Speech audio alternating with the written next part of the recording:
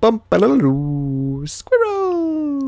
So hello, and welcome to another Legends of Runeterra video. My name is Chris, and today we will be going through even more of the cards that have come out. These are, of course, Azir's followers, or, support cards, I guess they are called. And we're doing it a bit different. We're doing it on Cosmic's Twitter handle. He, reveals all the cards, puts them in these nice little things for us.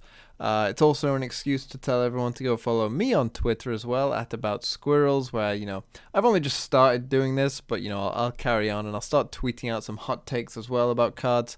You find a link of that in the description, but first, let's get in to these cards, and obviously, we don't have Azir yet, so the whole archetype as a whole, perhaps we can't quite see clearly yet, but there definitely is some things that we will be able to talk about in these reveals. So let's just start off. Doomkeeper is a 1-mana 2/1 that when I'm summoned, summon a Sand Soldier. And what is a Sand Soldier? Well, this is going to be very important. Of course, a Sand Soldier is a 1-mana 1/1 with Ephemeral. Nexus Strike, deal 1 to the enemy Nexus. Now, let's go back to Doomkeeper and see, is that a good card then? Well, I think that most people would probably think, yeah, that's a pretty good card. It's 1-mana 2/1 that essentially gets a guaranteed 2 damage onto the enemy Nexus straight away. So a very nice, aggressive 1-drop in Shurima, if that's what you're looking for. Of course, then you only get the 2/1, but the fact that, it's very unlikely your opponent is ever going to block this Sand Soldier. The only one I could think of is Unscarred Reaver that would block this, right? But aside from that, I don't think any other 1-drop will. I mean, I guess 1/2s will, but then you can attack with the Doomkeeper. Essentially, it's 2 damage on the first turn, right?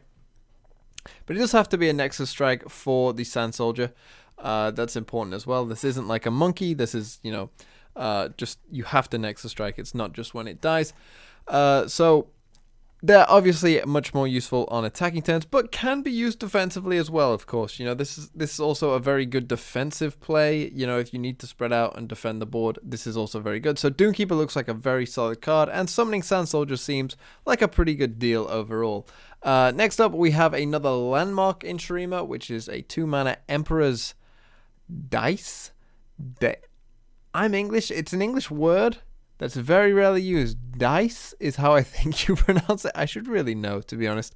But this is a 2-mana. When allies attack, summon an attacking Sand Soldier. Which is really interesting as well. This, of course, the first synergy I'm sure is coming to everyone is Shark Chariot. Because, of course, this means that anytime you attack, Shark Chariot will come because the Sand Soldier is coming as well. So as soon as you've played Shark Chariot and this landmark here, that is it. Every time you attack, you will have Shark Chariots coming at you constantly. And of course, the Sand Soldiers, I think the first thing that again comes to mind is an Ephemeral deck with Hecarim. Of course, there are, a bunch of Ephemerals here, Ephemeral synergies here that you can use. And I think, recently people have kind of figured out, when Plaza came out, oh, this Shark Chariot card, yeah, this isn't too bad. And I think that these kind of cards, are exactly what the Ephemeral sort of synergy needed, where you don't have to play actual, all-in Ephemerals with a bunch of Ephemerals. You can just play with, the good Ephemeral cards and build a deck around that, right? You'd play Soul Shepherd, you play Shark Chariot, and then you play a bunch of things that summon Sand Soldiers. That seems pretty good to me. Next up, we have Sandcrafter, which is a 4-mana 3/5, which again, attack, summon an attacking Sand Soldier. This one not quite as good, I think, as something like Doomkeeper. But with Azir, we'll see, right? We'll see if his level up is to do with how many Sand Soldiers you've summoned, then this could be a card that you play in that kind of deck. Of course, there are some rally effects going on here that you could potentially experiment with as well. Already, you can sort of see that, which is very fun and exciting, and will be quite fun to see. So there's definitely some synergies that you can play around with there. Desert's Wrath, a really cool card, I think. A 4-mana slow speed spell. Grant allied Sand Soldiers everywhere +1 attack and summon 2 Sand Soldiers. So again, this can be used defensively, it can be used offensively, and if you're all in on the Sand Soldier deck, which, I'm guessing someone will want to, and I probably will be that someone. Then, your Sand Soldiers will become 2/1s and now are getting quite aggressive indeed. And again, if you have Soul Shepherd as well, now they're 3/2s. And if you get if you start, summoning the pieces of Exodia and all starts coming together, it's looking quite scary, right? If you're summoning Shark Chariots as well, that could be a bit of a problem for your opponent, we could say. And what else is good about all this is, you could potentially even let Hecarim sit back. If you've got this, and you've played this, and, you've played Shark Chariots, you can just sit your Hecarim back and have a bunch of, really big Sand Soldiers and other ephemerals, right, that are attacking.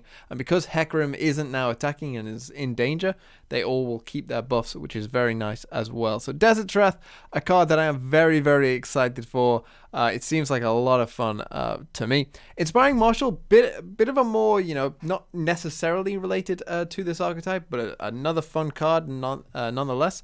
It's a 5-mana 4/6. When you summon another ally, give it 2 attack this round. So it does synergize with the whole Sand Soldier ephemeral things. Absolutely it does. It's kind of like a mini Hecarim effect. In fact, you could argue that you can just sort of replace Hecarim with this, which is really cool. And it is a 5-mana 4/6, and that 4/6 health line, that 6 stat line, we know that's good, right? This card seems like a very good card to me. Has some really cool combo potential with a lot of different stuff, and so I'm very, very excited to see Inspiring Marshal and what people can come up with it for. You can think of elusives, you can think of overwhelm cards, you can think of a lot of different things where you could use this kind of effect and get off a really big attack. Some absolutely crazy, insane attacks. But again, ephemerals I would say is probably the best synergy, but there definitely is other things there. Last but not least, we have Sandstone Chimera, which is a 12-mana 6/6, but it's not a 12-mana 6/6 because it's reduced my cost by 1 for each time an ally attack this game. Now, this kind of bucks the trend. Normally, we're used to these being 10-mana cards, and normally they have a keyword as well. But this one does not, and I think, these cards, you've got Scuttlegeist, Plaza Guardian, Arbiter of the Peak, I think is the one in Targon as well. These cards have never really seen much play. I think the problem is that they're quite hard to reduce to the cost reliably where it's necessary. I think actually that this one would have been the one that, if this was like a 10-mana card with a keyword, this one would be the one that would have the best chance because, especially if you're in this whole Sand Soldier thing with Shark Chariots as well, this will get down to, 4/3 very quickly. By turn 5 or 6, this will be a 4-mana card, which is very good if it was a 6/6, and especially if this was 10, right? It would definitely get down to 4. But they obviously noticed that, and so they made it 12 mana instead, probably because it got online far too quickly sometimes, and maybe even by turn 4 you've got this 2-mana 6/6. I guess it's probably possible at some point. But I don't think that this card can be played because it is lacking that keyword, and it is probably, they bumped up the cost because they didn't want that, and so I don't think this card really is meant to be played, to be honest. So don't worry about that one too much, but there's definitely some exciting cards here. This landmark, to me, a Shark Chariot deck is already there.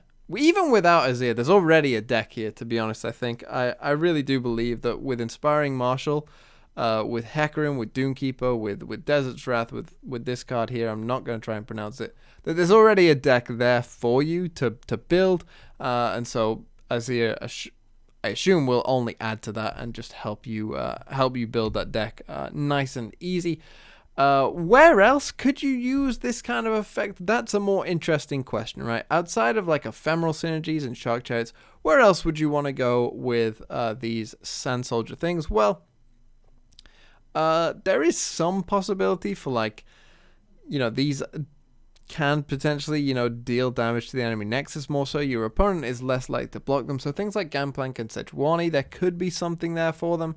Again, for activating plunder effects in general, there could be something there for this whole archetype. Of course, Azir is an Ascended, so there's going to be a spot potentially in the, mono Shurima deck that I definitely will be playing. So those are all things that we can consider, right? And then tomorrow, for what's coming tomorrow, we're going to get Azir. We might get a balance patch. They'll definitely patch notes. Whether they'll balance cards, one can only pray and hope that a particular 2 champions, maybe see some nerfs, as I think now people are finally coming around to the idea that, oh yeah, those 2 champions that are way better than every other card. Yeah, they might need nerfed. We might also see some buffs, here's hoping. I think it's less likely simply because they don't know how much, these other cards, or if there's a certain synergy that they haven't seen. They don't know if, buffing a card and giving it a great support card might just push it over the edge. I don't know. I kind of think they could buff some champions and make them, slightly better without going too far with it. And yeah, so I will be making a video on Azir. And then tomorrow I will also be bringing you a video of a bunch of different decks for you to all craft and, showcasing a wide variety of different things that you can do within Shurima. And then it'll be patch day, right? Then the cards will come out, and we'll all be dancing in the rain, and I will maybe even do 3 videos that day. I'll definitely do 2. I might even do 3, depending on how much I'm enjoying playing a certain deck. Yeah, I really might do 3. So with that said, that's gonna end it for this one. Some exciting cards here. This already looks pretty good. Like Doomkeeper is already just a good card. This card as a 2-mana landmark looks pretty strong. Inspiring Marshal seems like a pretty good card that you can put somewhere. So there's definitely something here already.